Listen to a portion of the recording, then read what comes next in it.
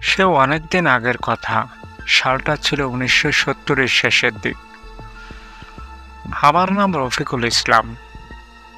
আমি একটি ভূতের গল্প পাঠিয়েছি স্টুডিওতে।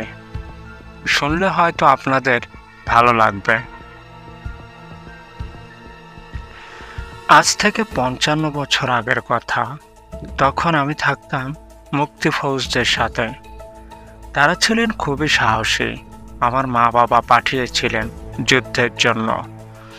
বলেছিলেন বাবা জয় নিয়েই ফিরে আসবে। তখন মুক্তি বাহিনীতে প্রচুর লোকের প্রয়োজন। আমি থাকতে লাগলাম ঢাকা মুজিবনগর আম্রকাননে।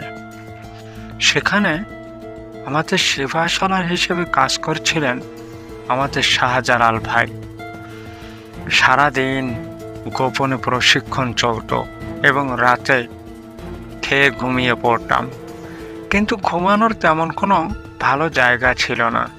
এ গাছের তলায় ও গাছের তলায় এভাবেই যাচ্ছিল দিন। বেশ কিছুদিন হয়ে গেল। একদিন রাতের বেলায় আমি ও মহসেন ঘুমাতে গেলাম। গাছের নিচে শুয়ে আছে গভীর রাত।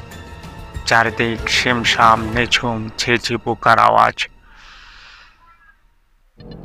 মনে শুধু ভয়, কোনো অতর্কিত হামলা যেন না হয়। তাই মাঝে মাঝে দেখছি উঠে উঠে। একবার আমি উঠে গেলাম এক খালের পাড়ে একা একা। যেয়ে দেখলাম খালের ওপার কিছু একটা মিটমিট করে জ্বলছে। আমি ভাবলাম হানাদার বাহিনী নাকি। আমি অগোচরে খাল পেরিয়ে গেলাম। আমি যত সামনে যাই ততই দেখি আলোটি পিছিয়ে যাচ্ছে।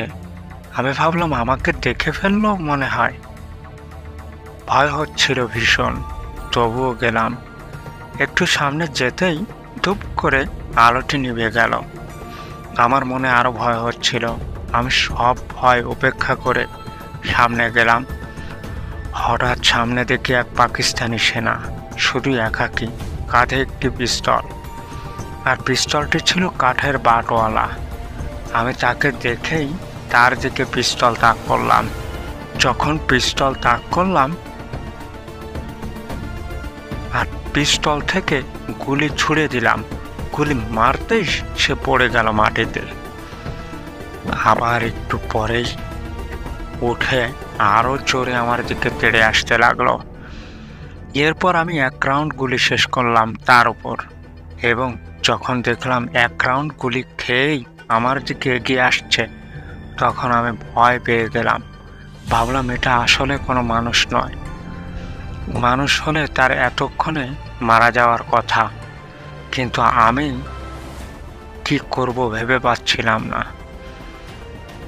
আমি কোনো একদিকে দৌড় দিতে মনস্থ করলাম, কিন্তু কোন দিকে দৌড়াবো কিছুই মাথায় আসছিল না।